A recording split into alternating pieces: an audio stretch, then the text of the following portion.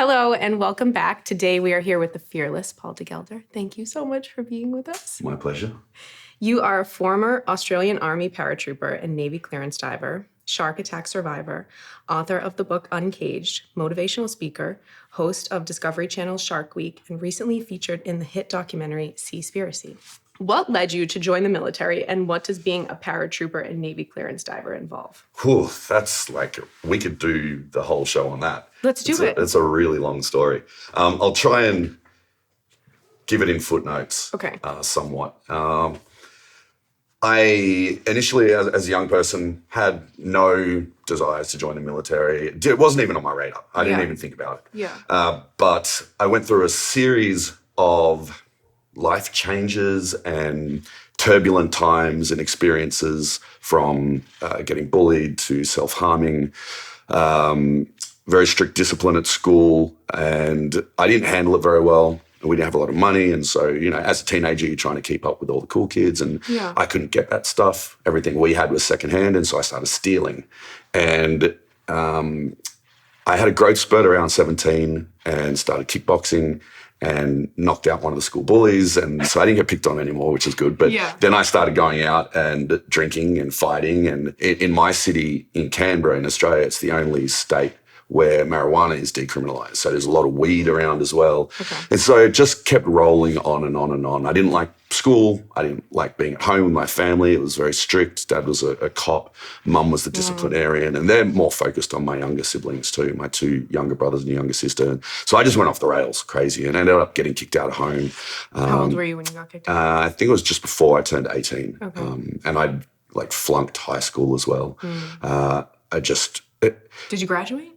Did you get your GED? We don't really have that. Oh, okay. We don't have the GED. Okay. I remember there's this thing at the end. Different states call it different things. I think we called it the AST, the Australian Scholastic Testing. And I walked out halfway through. I'm like, this is stupid. I don't know why I'm here.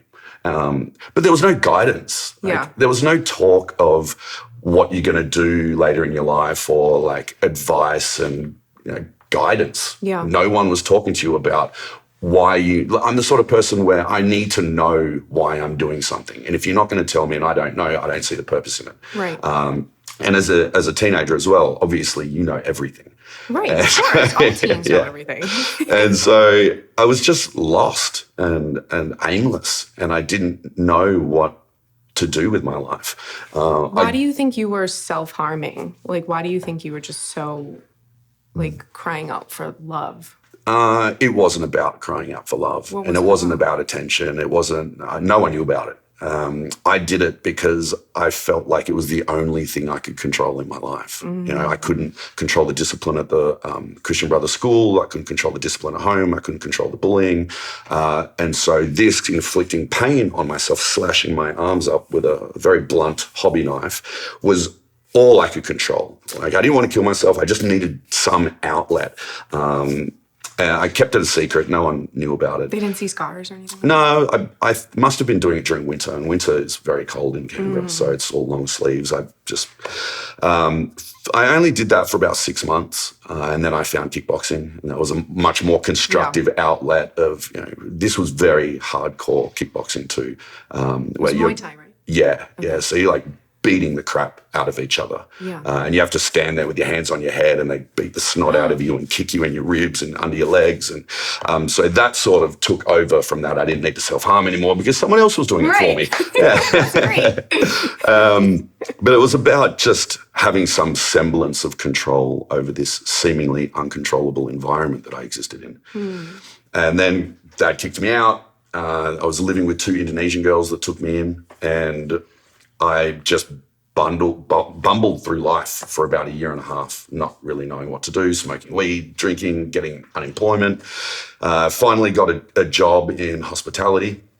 And for anyone that has worked in hospitality, like restaurant scene, the nightclub scene, it's not a very healthy environment. No, it's not. And there's a lot of drugs and partying, and so I fell into that for a little while. And I was selling weed on the side to supplement, I was getting cash in hand, and then I was getting unemployment, and I was selling weed. So I was like, I've never had this much money before. Yeah. And in hindsight, it wasn't that much, but it was more than I'd ever had. And so I just kept surrounding myself with these people that I thought were cool. And, these people don't have your best interest in mind. They don't care.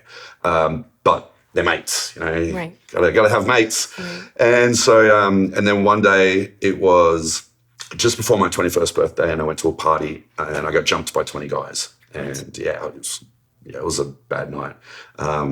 But they weren't very good fighters, apparently, because I got out of it fairly unscathed, comparatively speaking to what 20 people could do to you. And I went home that night and I took a good, long, hard look in the mirror at my face, and I just thought, I can't do this anymore. I'm going to be dead or in jail by the time I'm 23. And even though I didn't do well in school, it wasn't because I wasn't smart or intelligent. It was just because I couldn't concentrate. I think they'd probably diagnose it as ADHD now. Okay. I couldn't work out how I was supposed to listen to the teacher, absorb that, see what's on the board, and write in my book all at the same time. It was too much for me, and so I just I'm not doing anything. I'm just going to play up. But I was extremely well read. I read constantly. We had the entire Encyclopedia Britannica. I was reading that all the time, watching documentaries about the world and David Attenborough, Steve Irwin, all this sort of stuff. And that was like the realm that I would have loved to live in, but I didn't know how to get to that. Wow. I'm stuck in Canberra. Wow. And Canberra's a bit like DC. Beautiful, it's clean, but it's really boring. There's nothing for teenagers to do there, so we create our own stupid fun, which often involves criminal activities. And so I just thought, you know what, I can't be here anymore. I need to remove myself from this environment that I've become a product of and just go somewhere else. And so I had a car, didn't have a license. It was a tiny little car, about as small as they get. Yeah. Threw everything I owned into it and drove 12 hours north to Brisbane. Okay. Also referred to as Bris Vegas. Okay. And oh boy. Yeah, I arrived on my 21st birthday, and my very good friend from high school, Matt, had a job waiting for me behind a bar in a strip club. And I moved in with him and two of his American friends that were heavily involved in the hip hop and R&B industry, working at HMV, running community radio stations, throwing parties. So I fell in with them and started dabbling in writing hip hop and stuff like that on the side. Yeah. And so I was having a great time. I moved to a new city. All my friends were hot strippers, and I was making rap music with these dudes, and we were throwing parties, working at the radio show. 1998, we opened up for Snoop Dogg, hour and a half concert to open for Snoop, which was amazing. And I thought, I've made it. This is my calling. I'm going to be a rapper. Yeah. There's not a lot of money in rappers in Australia. In 1998. Okay. And so the financial constraints took their toll, band broke up as bands do, and I was back to just wandering aimlessly, working behind a bar in a restaurant, just thinking, this can't be as good as it gets, and I tried. I tried to start again. I moved town. I left everything behind me, but I took myself with me, and I think that was probably the biggest problem. Oh, no. Yeah. No. And I was just lost again. Yeah. And so I turned to Mum. You can always turn to your mum, and asked her for some advice. And she said, talk to your two younger brothers because they're in the army and they seem to love it. So I called them up and asked what they thought of me joining the army, and they just laughed very, very hard. But they did say it was a good life. Okay. You get paid to travel, paid to play sport. They were in artillery, so they shot the big rockets and all that good stuff. They just said, look, it's amazing, but whatever you do, just don't join infantry. It's too hard. We know you, Paul. You won't make it. And so the next day I joined infantry. Of course you did. You can't have your baby brothers telling you what to do. Right. Oh, can't do something, huh? All right, we'll see about that. Thank you for that direction. Yeah, but they weren't wrong. It was really hard. I've been fighting against discipline my whole life. And all of a sudden I voluntarily surrounded myself with the most disciplined, crazy people on the planet. And there was things that I didn't like about it and things I did. And so instead of fighting against my situation and trying to change my circumstances, which didn't seem to work, I tried to change my perception of this situation, focus on the things that I love doing. I didn't like being on the parade ground in the hot Australian sun for hours on end, like building grenade ranges and I had blisters from the sun all over my lips. I was so sunburnt. I had this thing called the farmer's tan where you get a V like that, just a big red V. I had that constantly. Tendonitis in my elbows from constantly cocking machine guns on the hard, baked Australian ground. But I liked shooting the machine guns. Yeah. I liked throwing the grenades. I liked shooting rocket launchers. And over my time of basic training, I just got fitter and fitter and fitter and stronger. Ended up getting a PT award for my platoon, and that kind of bolstered my confidence and my self-belief, which I didn't have a lot of before that. And so I went through basic and then infantry training school, and then got posted to the 3rd Battalion, Royal Australian Regiment, which is the parachute battalion. Okay.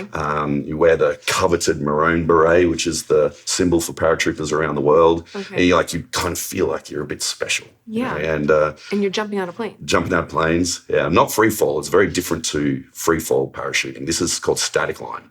So you're in the plane. You got the parachute on your back, your reserve on the front. The parachute has a cover on it, and there's a piece of yellow line that goes zigzags across the back, then it hooks onto the plane. So when you get to the door, you jump out, the cord reaches its full extent, pulls the cover off the parachute, and the parachute deploys immediately. Oh. In a perfect world. It doesn't always happen. What happens if it doesn't go off? You have to pull your reserve. Okay. But we jump at 1,000 feet. So you can basically see the bark on the trees, unless you're doing it at night. And then you're jumping out in the middle of the night. You might have a 100-pound pack attached to your leg. You can't see anything. It's pitch black.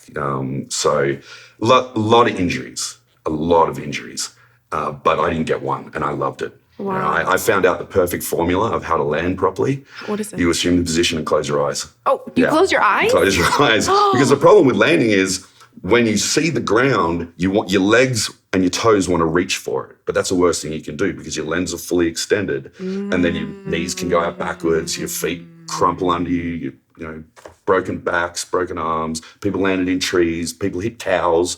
Yeah, yeah, poor cows. Poor cows. Yeah, and so I just assumed the position, feet and knees together, knees bent, head down, chin on chest, arms up, and just relaxed and closed my eyes. And you hit the ground and you just lay there for a minute, wiggling your fingers and toes, just making sure that they all work still. You're like, oh, God. Oh my goodness. Survived another one. Wow. So I had a good time, deployed with the UN as a peacekeeper to the conflict in East Timor, which was really eye-opening. And that changed my whole perception on life, on appreciation, gratitude, on the world, because these people had nothing and they'd been getting slaughtered for decades by the Indonesians, and yet they were still happy. And so I just think, I can't get it. How do you have nothing? You live in thatched huts that you built yourself. You have running water, which is the river, or you're collecting your drinking water from a tap in the main street. It's crazy to me that you guys, they can be so fulfilled. But I was lucky because I was my platoon translator. After a 2-week language course, I was the translator. Oh my goodness. Yeah, 2 weeks. Yeah. Steep learning curve. Good luck. Yeah. So, but on the plus side, I got to, when we go out on patrols into the jungles and stuff where these people had barely seen white people, I got to go and talk to the village chiefs and learn about the culture and learn about the villages and stuff like that. So it was probably much more rewarding for me. And I went home with that sense of gratitude for everything that we have in the Western world that we take so for granted. Yeah. You can't undervalue a toilet when you've been pooping in a hole for a long time. Yeah. Just a shower, it was really eye-opening and changed the way that I looked at the world. What a blessing. But then it was back to training. And Yeah. I just kind of got sick of it. I was sick of being hot and smelly and dirty and the same exercises. And it was the same, you're doing the same job continuously. And so I started looking elsewhere. I didn't want to leave the military because, this is, what else am I going to do? I'm going to go back to rapping? Probably not a good idea. And so I thought, it's a big military. I don't have to change my whole life. I can move sideways into something, but I didn't know what to do. I could have tried out for the special forces, but once again, I didn't want to be dirty and smelly and getting yelled at and just eating garbage. So I found out about these guys called the clearance divers. We were doing an exercise called Hewitt, it stands for Helicopter Underwater Escape Training. Okay. And they have a big mocked up helicopter suspended above a swimming pool, and everyone gets into it and they turn off all the lights in the building. They dunk it to the bottom of the pool, flip it upside down, and everyone's got to escape. It's a lot of fun. I loved it. I was a good swimmer. Army people are renownedly scared of water. Wow. So some people panicked and they had to have these 2 guys on standby as scuba divers to make sure no one died. So I got to talking to them. I'm like, how do I get that job? Just hanging out on scuba. So I got talking to them. They're like, we're clearance divers. And I'd heard of them, but I didn't really know what they did. I knew that they were kind of talked about in hushed tones. No one looked directly at them, a little bit like the special forces, but in the water. And so I started thinking about that and looking into it a little bit. I'm like, yeah, this is exciting me. You know, I hadn't been excited in a while. So I started a service transfer to go and try out for the first phase, which was ship's divers, where you learn to do seabed searches and search the hulls of ships for mines and learn to be on scuba. I'd never done any of those.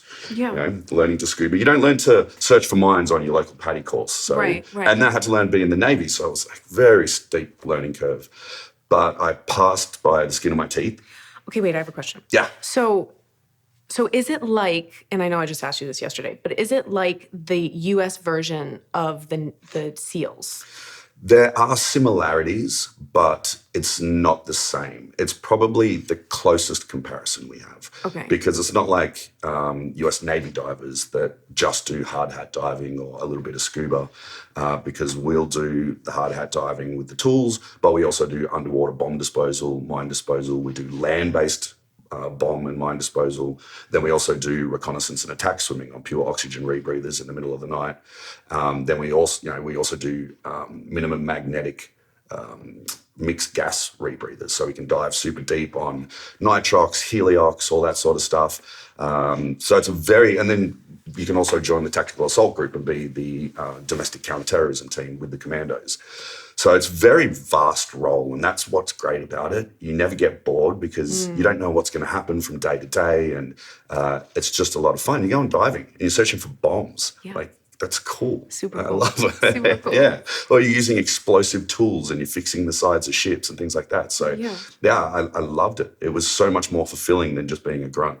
Before joining the military, you opened for a Snoop Dogg show, rapping. How did this happen, and do you still do it? Look, I moved to Brisbane and fell in with these American dudes, and they started up a little crew. I think I was the only white Australian. There was like a chick from Malaysia, 2 guys from the Philippines, a guy from Sri Lanka. One of them was Latino from New Jersey. The other one was a white guy from California. So we had like a little crew going, and I'd sort of dabbled in Canberra with a friend of mine, because we grew up on rap music. We loved it. And so we figured, hey, we'll just see if we can write it. Some of our friends were singing in the clubs and stuff, so like, we'll give it a go. But I didn't go full into it until I got to Brisbane, and I was hanging around with a crew that were doing it every day and making beats and all that sort of stuff. So I gave it a go one day, and the guys were like, oh, you can rap too? I was like,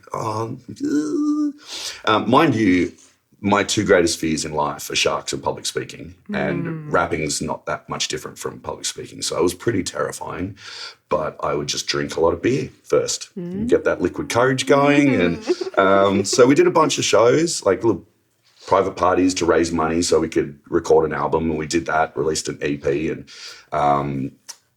I think so. I moved there when I was 21. I think I spent about 2.5, 3 years in Brisbane, and it was towards the end of that, maybe about a year before I finally just got out of there and joined the army, that we did the Snoop concert. In February 2009, you were attacked by a bull shark. Can you walk us through the whole experience? I know you talk about this a lot, but please, one more time. It's difficult not to go into like the robotic diatribe, because you talk about it so much. And every time I try and tell it, I try and think of like little gold nuggets that I haven't thought of before. Yeah. But we were doing, and by we, I mean myself, 3 of my teammates from Clearance Diving Team 1 in Sydney, and my chief was there with a bunch of scientists. And the goal was to test this new equipment. It was unmanned video and sonar. So the goal was they could put this equipment anywhere around the world, on a wharf, on a ship. They could turn it on and walk away. And the video would automatically detect movement of attack swimmers coming to put bombs on our ships, and the sonar would do the same underwater. And so they needed to test it, and we were the guinea pigs. So we're right in Sydney Harbour. You can see the Harbour Bridge, the Opera House. This is a very famous area in Sydney, right alongside the Navy base. And we were in a little black inflatable boat, me and my guys, and the chief was on the dock with the scientists. And so he's overwatching, and it honestly, it was nothing. It was a boring job for us, but we had to do it. So I had Lockie, my mate, one of the newer guys in the water first. He was swimming up and back, for 30 minutes or something, and I just thought, I'm getting warm in my wetsuit. Thought I'd do him a favor and pull him out. And the water in Sydney Harbour is quite murky. And it was February, so the end of summer. Generally pretty hot, but it was overcast and still 7 o'clock in the morning. So it was low light levels, murky water. And I jumped in and I was just swimming on my back on the surface, what we call finning. I had a black wetsuit on, a pair of fins, and I'm just kicking on my back from point A to point B. Nothing special. And like I said, one of my biggest fears was sharks. And every time I got in the water, I was thinking about sharks. We knew there were sharks in the harbour. And so I was thinking, when we get trained traditionally, when we're finning, we cross our arms over our chest and we fin like that to be more streamlined or whatever. Personally, I like to have my hands in the water. While I was in a rush, I like to feel the water and just kind of doing that. And then I was thinking, if a shark attacked me, where would it be better to have my hands? Down here? It could pin it by my side, but then it could get my vital organs. Or if I did it traditionally like this, I could kind of protect my heart, my lungs. And I put my hands by my side, looked over my left shoulder to make sure that I was going in the right direction, and a bull shark grabbed me. And what did it feel like? At that point, it didn't feel like anything. It felt like someone had hit me in the leg. And so I turned around and looked down, expecting, maybe the guys in the boat got a little bit too close. My ears were full of water, I don't know, a log. And then I come face to face with literally my worst nightmare. There's a giant shark head attached to my leg. How big was it? The scientists measured the bite in my wetsuit and my leg, and they said it was between 2.7 to 3 meters. So around 8.5 foot to 9.5 foot. Huge, big, yeah. And it didn't hurt. The teeth on these animals are so sharp and they have this coating on them, they just slide straight into flesh. So at that point, it didn't even hurt. I was just shocked. And then I thought, I've seen Shark Week. I've got to jab it in the eyeball. And so I'm trying, but I can't move my hand. I don't know why. My arm won't work. And I look down and the teeth embedded into my wrist. And every time I try and pull it, I can see the flesh tearing. And then I see the teeth all along, half embedded into my wetsuit.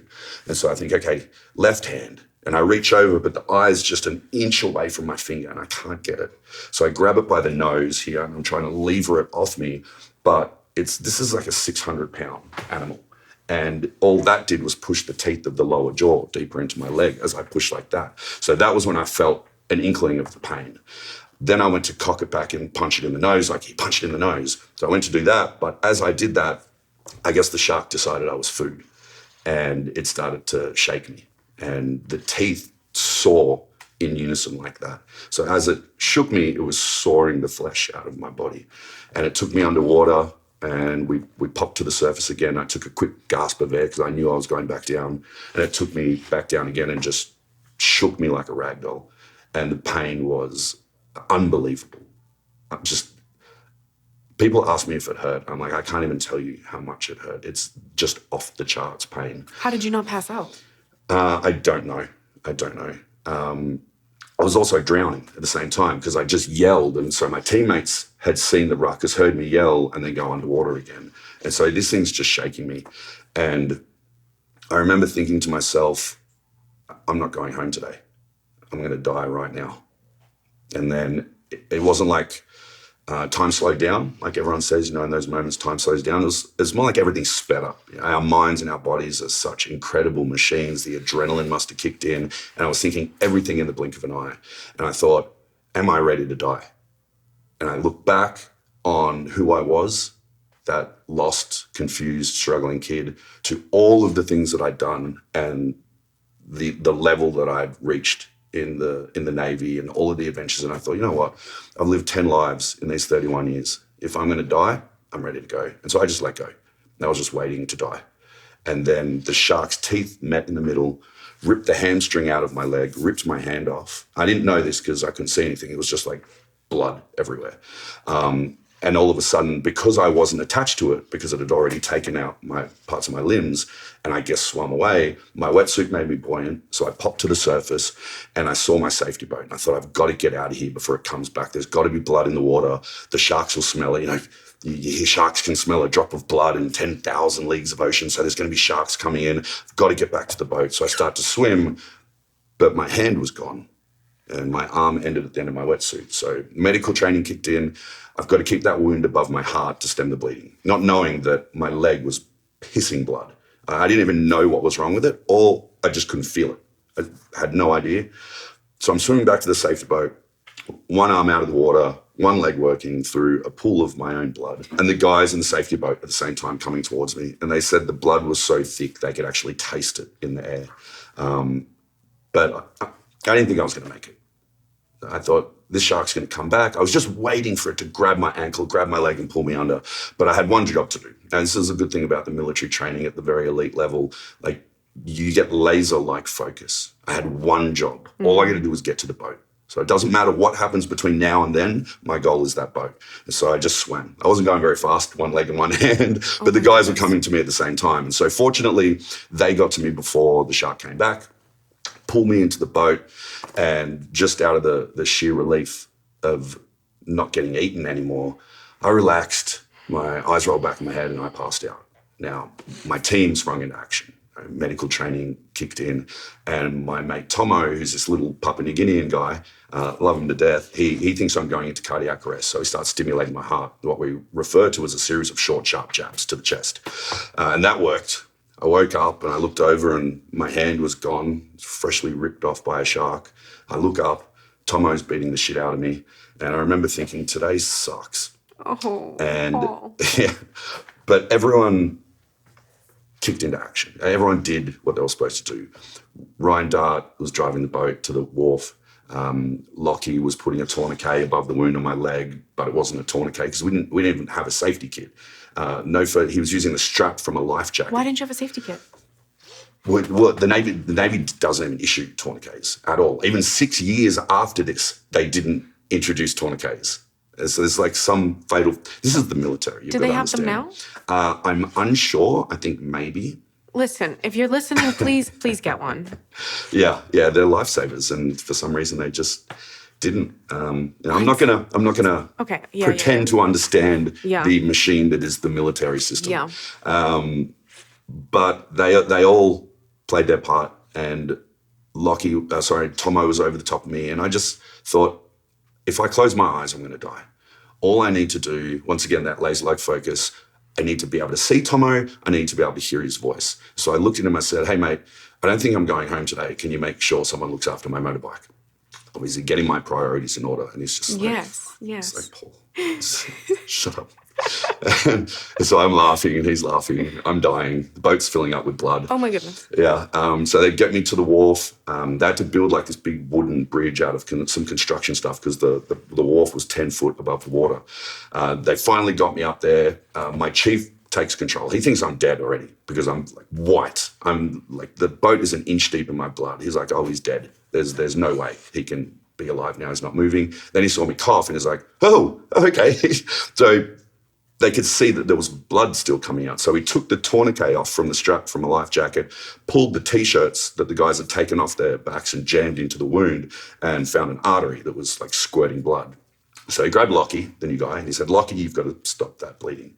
So he had to sit there for 10 minutes with his hand inside my leg, pinching closed a slippery, squirting artery with his fingers.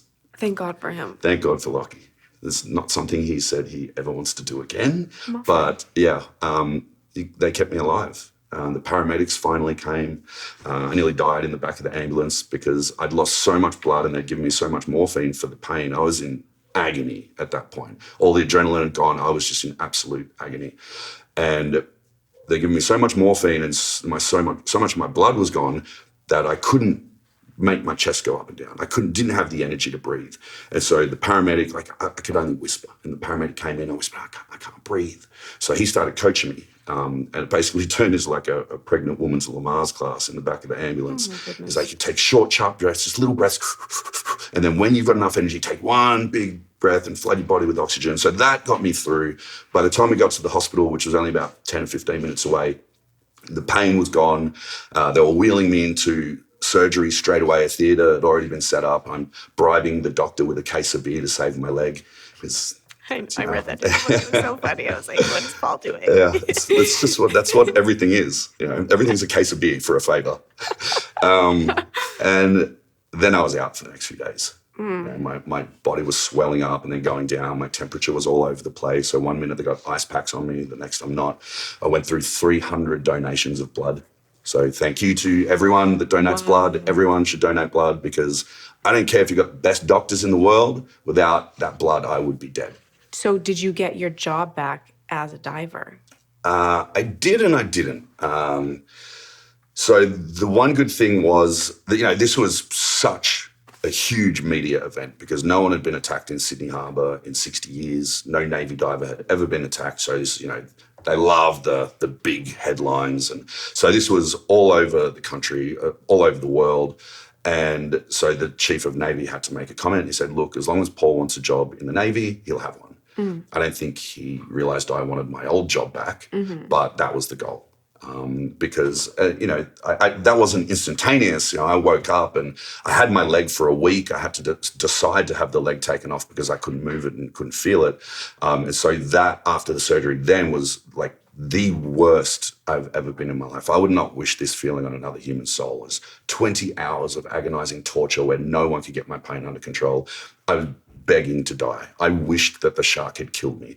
All I could do was lay in my bed crying, rolling from side to side, wishing that I was dead. And 20 hours later, it finally went away. And I'm just laying there thinking, okay, what now? What am I going to do? Yeah. They're never going to let me do my job again. How am I going to go diving? I'll swim around in circles. How am I going to fast rope out of a helicopter with one hand and one leg? How am I going to get a girlfriend? How am I going to live life? How am I going to drive? How am I going to ride my motorbike? All these things that I loved had seemingly just been instantaneously taken away from me. And I had this fear that I was going to turn back into that person that I was previously. But fear can be a very powerful motivator. And I swore to myself in those moments, I will never go back to being that person. That was a driving force in me trying to reclaim my life. And it was a really complicated situation. But as we spoke about, I think, I don't like complicated situations. I like the KISS principle, keep it simple, stupid. And so I realized, sure, it's a very complicated situation that is mostly out of my control, but the one thing that I do have is my power of choice. And it's pretty much the only true power we have, the decisions that we make in every moment. And so I asked myself a big question that we should ask ourselves all the time. What do I want? Do I want a good life or do I want a bad life? It's that simple sometimes. And then everything stems from there. So I thought, okay, of course I want a good life. No one wants a shit life. Yeah. And so, okay, so how do I do that? And I was like, I don't know. Okay, I want my job back. That's the goal. But that's an insurmountable mountain. That's an impossible dream. But just because it's impossible doesn't mean it's not achievable. It just means that you have to set goals and challenges that will build you up to that. You don't just go hike Everest. You don't just go straight to the Olympics. Right. You have to learn and train your body and train your mind and set goals and challenges on that path. And so I was like, okay, so how am I going to go back to work? And I'm thinking, well, if I'm going to mix it up with these guys that are super elite athletes that I call my mates, I'm going to need to train 3 times as hard to be half as good. But I can't even get out of bed. And my leg's just been chopped off. My hand's gone. I literally can't even go to the toilet. What am I going to do? And so I look around and there's a bar with a handle on it above my bed that you pull yourself up to sit up and eat. And so I'm like, all right. And I grab it and I start doing one-arm chin-ups in the bar above my bed. And the surgeon walked in and started screaming at me. He was getting very upset because he thought I'd be blowing out my stitches and my staples. But I couldn't lay there being a victim. That gives you way too much time to think. Thinking is not always a good thing. We overthink and overcomplicate our lives when we should be taking action. Right. Simple goals and challenges. So I'm like, okay, I needed to not be a victim. Yeah. And so that mindset sort of carried me through. I set little goals and challenges while I was in hospital. As soon as I could get out of bed, I would have had one sock on, and I'd be trying to hop around the ward, like the big nurses station in the middle, and I'd be doing laps, and the nurses would be freaking out. I bribed them all with I get allergies and I'm lactose intolerant, and everyone was sending me flowers and chocolate. And so I gave the nurses all my flowers and chocolate, and they gave me double rations because I needed to bulk up and get strong. And I'd lost like 15 pounds in 15 seconds. Yeah. So it's not a weight loss regime I would recommend. No. So I needed to bulk up and get strong and fit again. And so I focused I had nothing else to do. There was no other thing that I had to do in that time. There wasn't bills, there wasn't cars, there wasn't work. So I had to focus all my energy on the progression of where I needed to be. So that's all I did. They sent me a therapist, and I talked to her for about 5 minutes and realized that she really had no idea. She didn't know how to deal with someone like me. She was very lovely, but I thanked her and said, look, I don't need you. Thank you for your time, and sent her away. They didn't give me another therapist after that. So I had to do all my own therapy, like internal monologue, talking to myself. And it wasn't always the best way to do it, but it's kind of like learning to do something by mistake. If you're just told to do something and taught to do it instantly, you can do it. But if you learn to do something by yourself and learn the mistakes over a period of time, it's more cemented in your soul, knowing how to do it. And so I think that's part of the reason why I don't have depression, anxiety, PTSD, none of that. I actually started getting worried. I was thinking, maybe there's something wrong with me, because there's not something wrong with me. I know I'm part robot now, but and then they wanted to send me off to a physical rehab place, but it's not like America where you guys have Walter Reed and all these places for returned servicemen. They had an old person's hospital where the old people go and do rehab. And so I'm like, that's miles away out of Sydney. I get an apartment at Bondi Beach. Like, I'm not going there. I'm not going to spend another 3 months laying in a bed in a hospital surrounded by old people. I'm going home, and I'm going to do this myself. So they fought me a little bit, but I am very, very stubborn, and I can be really annoying when I want to be, and they finally relented. And I went home after 9 weeks in hospital and started my own rehab. Wow. Yeah, it was rewarding. It was terrifying. I cried myself to sleep more nights than I can even tell you. The phantom pains were just incredible, the fear. And they'd given me so much drugs. I was on oxy, endone, gabapentin, temazepam, nerve blockers, antidepressants, all this stuff, just self-medicating. But once again, I was living in this cloud. And I remember thinking to myself, I've been here before. When I was a teenager, kicked out of home, smoking weed, drinking and smoking cigarettes, and I lived in this fog of no purpose, of, just existing. And so that time in my life that I always regretted actually came into play to help me improve my life in the future. And so it was a really great lesson to utilize those really bad times that we go through in the future of our lives, because sometimes it feels like that we're training, their preparation for the big thing to come. And so that actually helped me get off the drugs way before I was even supposed to. And you never got addicted to them? No. Good. No. I took them so I'd get up in the morning and I'd just try and last as long as I could all day until the pain got so bad I had to take something. And then I wouldn't take the nerve blockers. I just take like some codeine, not codeine, what do they call it? Endone, the Oxycontin. I just bang in some oxy. Soul numbing, I feel like. Yeah, it is a bit. Drugs are just like... It doesn't actually work on me anymore. Oh, goodness. But that's a good thing. Yeah. I don't like taking medication anyway at the best of times. Sorry, my robot foot keeps coming off the peg and kicking Otis in the head. Otis. Sorry, bud. Otis is down here. We'll have to put a still of him. Hi, honey. Sit down, mate. I almost slobbered my pants. Sit down. Oh, good boy. And so I was very fortunate to have one of my best friends from primary school. We'd known each other since we were 10 years old. And he quit his job up in Queensland and moved down to act as my carer. And so I'd motivate him, he'd motivate me. We'd get into the gym on Army base every day, and I'd try and learn how to use my body again, because having one leg and one hand, that can really throw out your bench press and squats. And so I had to learn all of these new techniques. And then I found this incredible thing called Google.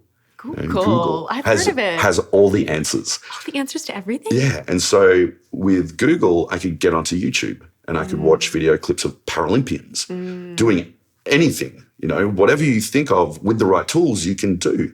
Videos of men climbing mountains with no legs, climbing it on their hands.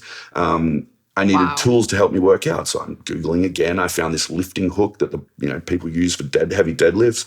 I could wrap that around my forearm and the hook would hang down. I could put a dumbbell in it. I could do curls. I could put it in the cables and I could do flies. And so the more time I spent there, the more I learned these little life hacks of how I was going to train my body to be strong enough and fit enough to get back to work, to prove to them all that I could actually do this job again. You're amazing. I'm just really stubborn. So 6 months after the shark attack, I go to the Navy. I think I'm ready. I've got my robot leg now. I've got my robot hand, precursor to this one. And I asked them if I can go back to work. And they say no. No. And I'm so like, you can't go to the teams. To go to the teams, you have to be deployable for war. And so I understand that. I'm not asking to go to war, but what about the diver school? Why can't I go down there and teach these new recruits? You've invested so much money and so much knowledge in my training. Let me pass that on and maybe inspire and motivate some of these young kids as well. Yeah. And so they thought about it for a while, and then they came up, okay, we need to test you. We need to make sure you can do this. So they passed all my medical, passed all the fitness testing, and they had me jumping through these hoops. I had to get on a dive. They let me go back to work, and they said you can go 3 half days a week. And so I went 5 full days a week. I just turn up in the morning. I wouldn't leave until I needed to at the end of the day. But they had me sitting in a room teaching maintenance, like how to disassemble breathing regulators, all that sort of stuff. It was boring. Okay. I want to be on the boat with the boys, yelling at these trainees, teaching about science of diving and all this. But I just had the brand new $80,000 non-waterproof electronic leg. Is this waterproof? This one is waterproof, Nice. But the original ones weren't. And so I'm like, I understand. You don't want me falling overboard and electrocuting all the fish, but don't tell me what I can't do. Let me show you what I can do. And so they set some more tests, and big gaggle of doctors and OTs and physiotherapists and all that went down onto the dive boat for a test, and we all jumped on, and the physiotherapist fell over. And I was fine. 4 weeks later, I'm teaching that first phase of divers course, ship's divers. Yes. And people told me it was impossible. Like, you won't be a clearance diver again. And I pulled it off in 7 months. It's crazy. But that's the power that we have. Yep. If we have that good internal monologue, we make those simple choices and we put those into action. And it's not complicated. It's not as complicated as we make it. What are the most effective ways to get a shark away from you or off of you? Oh, geez. Well, if it's attached to you, yes, I would you go for the weak points. It's like anything, because sharks don't want to get injured. They're opportunistic hunters. They're ambush predators. So that's why they roll their eyes back when they approach. You haven't seen they've got a nictitating membrane, and they roll their eyes because that's the most delicate spot for them. So you want to go for the eye. If it's attached to you, you want to go for the eyes. You want to grab the gills. You want to punch them in the nose. If it's just coming towards you, don't panic. Most of the time, they're not going to bite you. They're just investigating. You're a weird, hairless monkey floating in the ocean, and they're coming up to check you out. Even if they open their mouth, it's they're just feeling. It's not like they're charging at you to Wait, so you're saying just to stay calm, if a shark is opening his mouth around you? Yeah, you can.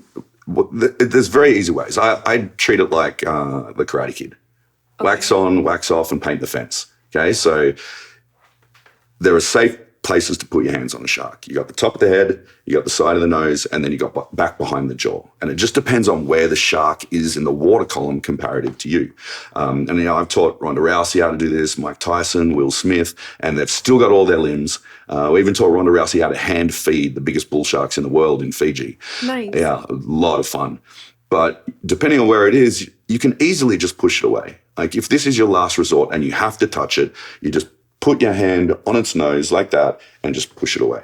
You can go from the side if it's like on an angle, just pick the spot furthest away from its teeth and just push your hand away. The funny thing is, most of the time when you're facing a shark, they know you're looking at them and they don't want to go head to head with something that they don't know anything about. So they'll turn away. A lot of the time they like to creep up from behind. Like the tiger sharks do it, the great whites do it, all of them do it. But you turn around and you look at them and it's like they know they're busted and they're embarrassed and they go, no, I wasn't going to do anything. I don't know what you're talking about. I was just coming to say g'day. Oh my goodness, that's kind of cute. Yeah, so I did, and this, I've tried and tested this. I was at 110 feet in Australia. Me and my buddy Andy, one of the best cinematographers in the world, ABC4, we dropped the cage down to 110 feet, opened up the cage, and we counted 7 great white sharks on the way down. Got out of the cage, 30, 40 feet away. And he's got a big camera. He uses to push them away if they get too close. Yeah. I had a GoPro on a stick. I was like, if this shark's going to attack me, I'm going to die. And so he's gone back to the cage to film me. I'm 40 feet away from the cage, just sitting on the bottom. Massive stingrays swimming along, great white sharks swimming next to him. And then one of them comes out of the murk directly at my head. And this is a massive male great white, 14 foot, coming directly at me. And Andy's lessons from the early days. So I did all my first great white diving with Andy. Yeah. So he taught me all this stuff. Yeah. And the biggest thing that stuck with me is don't act like food and they won't treat you like food. That's a great life lesson. Yeah. Food panics. Food tries to get away. Food flees. Like, just don't do any of that. Don't act erratic. So I stayed calm and if it's gonna kill me, it's gonna kill me. I can't do anything about that at this point. And so I stand, hold my ground. This thing comes directly at my head, and then with a little swish of its tail, it turns slightly to the left, and it goes past me, and I can see the eye rotating. They've got beautiful blue eyes when the light reflects off them, and it's just looking at me like this, and then it just swims past and swims off. I was like, all right, that was close enough. I'm going back to the cage. Wow. Yeah, so it works. You just don't panic. Stay calm. You have to just show them that you're a bigger, badder predator than they are. You don't meet them with aggression. I've been on shoots where we've had safety divers and they're trying to keep the sharks away by hitting them with PVC poles. And I have to teach them, you don't want to do that. What happens if you hit a dog? It's going to attack. Right. It's going to get pissed off and aggressive. Right. It's the same with sharks. You don't treat them with aggression. You show them you're a bigger, badder predator by not panicking, just grabbing them, pushing them away. I'd like to share a quote from your book by Major Glenn Todhunter. The only limits to living an extraordinary life are the limits we place on ourselves. What do you think it was that made you make the best of every situation rather than giving up repeatedly throughout your entire life, especially after the shark attack? Once again, it's pretty simple. Yeah. I'm not a complicated guy. Yeah, keep it simple. We've got a life to live. Yeah. How do you want it to turn out? And there's a really good quote from a very unknown Mel Gibson movie I think it's called Bloodfather. And he's about to die and his daughter is with him and she's got to run away. She wants to stay with him and they're getting shot at. And he says to her, you don't know when the best day of your life is going to be. It could be tomorrow, it could be next month, it could be a year from now. But you wouldn't want to miss the best day of your life. And so who knows? We go through these struggles. Everyone goes through the struggles. You just deal with them and you move on. You don't hang on to them. You treat them as a lesson. And then you go and live your life and make it as good and happy as possible. Surround yourself in all of the things and people that you love and know what triggers you, what makes you happy, what makes you sad, what makes you laugh, what fills you full of joy. And then incorporate those triggers into your life, the good ones, and then try and keep the other ones away. Yeah. Bad people, negative situations, drinking, drugs, all that stuff. It just brings you down. You might be up for a little while, but then you're coming down for a long time. Right. And so knowing your triggers, all the things, adventure makes me happy. My mates make me happy. Going for a beer with my mates, just telling stories and hanging out and laughing. My dog, learning to do new things. I got the opportunity to go and learn how to free fall parachute with a hand and a robot leg. And then I did it for a show directly into the ocean for 2 days and 2 nights, surrounded by sharks with no food or water. It was a horrible experience, but it's one of the best stories that I have. And people love that stuff. And I love having these continuous stories about my life because that's what living's about. Yeah. Living and having these stories and getting to the end of your days where you feel just like I did. That's the goal. I just want to feel like I did that first time I nearly died. I've lived my life so good. I have no regrets. If it's time to go, I'm ready. When did you go vegan and why? Your next guest who's outside, Damien Mander. Yes. It's his fault. Thanks, Damien. I went to Africa to work with Damien and embed with his anti-poaching unit. And one night we were having dinner at his house and he was eating from a separate pot. And to the ranger, I was like, this cheeky bugger, he's saving the good meat for himself and giving the rest to the rat. It's like, so I'm like cheeky, I'm like calling him out on it. Yeah. He goes, I don't eat meat. And I was like, but you're a monster. Yeah. What do you mean you don't eat meat? He's like, well, look, I came out here, I dedicated my life to saving these animals. And then I was coming home and I was eating the animals. And I felt like a hypocrite. And that rang a bell with me because I dislike hypocrites because they're the worst leaders that I ever had in the military. The leaders that do as I say, not do as I do. They don't lead by example. And so I always strive not to be that person. And so that struck a chord with me and I'm like, oh, all right, okay. I'm doing the same. I'm trying to save the sharks. I'm trying to save the oceans. I'm trying to save, animals, the world, the planet. But I'm participating in this as well. And so I went down the rabbit hole and I went home and I'm like, I'm going vegan. Lasted 2 days. Oh, no. I didn't know what to eat. Yeah. And so I went away for a little while, but it was always kind of burning in the back of my head. And so a bunch of friends popped up. I kept seeing things on television, What the Health and all that. And so I thought, all right, I'm going to give this another go. And I did it slowly. I just slowly canceled out one thing and then I add some vegetables. And it was actually really good because I ate like kangaroo, chicken, broccoli, and like rice. And I was like, I got to eat the chicken breast to get the muscles. Right. Never did get those muscles. I don't know if you've seen pictures of me when I was back then. I was pretty small. Yeah. And so I started incorporating all these vegetables and beans and grains and becoming a better cook and enjoying my food more. And you got the muscles. Yeah, I got the muscles. It's not a complicated it's not a complicated equation. Right. Eat lots of food, eat lots of healthy food, lift lots of weights. Right. Yeah. And I love it. Like people say that I got so much energy and I sleep so much better. I didn't really notice any of that, but I feel good in my soul. Nothing is being tortured and murdered for me to have a meal. Right. So it's not about perfection. It's about progression. Right. Doing as little harm as you can. Did you notice an improvement in your recovery time or athletic ability? Yeah, I did. Definitely my recovery time, which means that I can train consecutively harder and longer. So I did get stronger because I guess I didn't have the inflammation. I didn't have a niggling injury since like 2 weeks after I went vegan. Like I used to get bad tendonitis in my arms. I'd be like T-Rex. I'd be going to Navy training and then I'd lift weights after work. Then I'd go to Brazilian Jiu-Jitsu and my tendons were just destroyed my back would blow out, my knees and shoulders. And even if I do get it now, it goes away really quickly. And so I think that speaks volumes as to the benefits of the diet. Nice. You are a host of the hit show Shark Week. How did this super cool opportunity present itself, and what has it been like getting back in the water again with sharks? I never blamed the shark. It was a shark doing sharky shit. That's what they do. They swim around the ocean, they bite stuff. You can't get upset about it. Like, chose a dangerous life. And so I think when I got attacked and I was doing TV interviews and stuff, the media latched onto that. And whenever there was another shark interaction around Australia, the media would contact me to talk about why this happened, how we can get away with it, how we can stop it. And so I didn't know. And so out of the desire to not look like a dumbass on television, I started learning, back to Google, learning about sharks, learning about the plight of sharks. And I came to the realization that, the wrong animal is afraid of the wrong animal. We're so afraid of sharks that might kill 7 people a year. And we're killing over 100 million sharks a year. For what?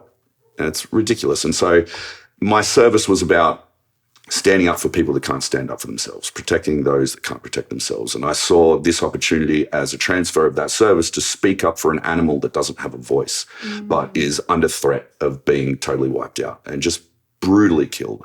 And it happens every day. And so I went back in the water on 60 Minutes in Australia because they wanted to introduce me to the shark that nearly killed me. And I learned to hand feed them and learned to be at peace with them and see them in their natural environment, not as a man-eating terror. Right. And then Discovery Channel must have seen something I did, were interested in having me do an interview about my attack. And that led into a co-hosting job with Andy. first time I saw a great white. And then it just got bigger and bigger from there. So now I'm like contracted to Discovery Channel. I get to have adventures every year. I get to live in America. That's so cool. Yeah, it's just the perfect life. And then, I had my downtime to write books, and I travel and I do a lot of public speaking. I'm off to Vegas in a couple of days to go and speak at the Gold's Gym convention, and down to, I get to see all of America and get paid to do it. It's like perfect. That's amazing. You say being afraid of something probably means you should draw closer to it. How have you learned to overcome fear? I've learned to transfer fear into a feeling of excitement because that was just something that it was forced upon you in the military. Jumping out of a plane at 1,000 feet into a pitch black night. You don't have a choice. So a lot of the times I just don't give myself a choice. But the thing is, knowledge dispels fear. Yeah. So if you learn enough about something, an experience, an animal, whatever, it takes the mystery, the veil away, and you can start to see it in a different light. A lot of these celebrities that I take are terrified of sharks. Mike Tyson threw up on the boat before or after every dive. He was so scared. But then we got him in the water. He threw up. Yeah, he was scared. He was really scared. But then you get in and you see the animals, you see that they're just not interested in you, and that fear goes away, and all of a sudden everyone wants to get closer to the sharks. The whole perception changes and shifts. Yeah. And so also, you know what? There's nothing wrong with being scared and doing it anyway. Yeah, that's courage. Being That's scared's true not going to hurt you. Yeah, exactly. Okay, last question. Have you conquered surfing and riding your Harley again? I have a bike that's been modified for me to ride. I'm having a lot of difficulty getting it into America, though. Oh, no. The import-export companies, I write to them and say, hey, I got this thing. I got a bike I need to transport. They're like, oh, yeah, what's the details? And I tell them, I break down, ghosts, crickets. Like, I get nothing. I've done like 6 different companies. As soon as I tell them what I need, they just don't reply.